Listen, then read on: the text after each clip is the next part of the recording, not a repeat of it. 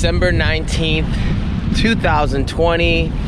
We are still on round 2 of the quarantine. We're almost at the 2-week mark, and it doesn't look like it's getting any better. The numbers keep going up, the rates keep going up. The ICU beds available have gone all the way down to 0% in Los Angeles County. So get ready for the ride.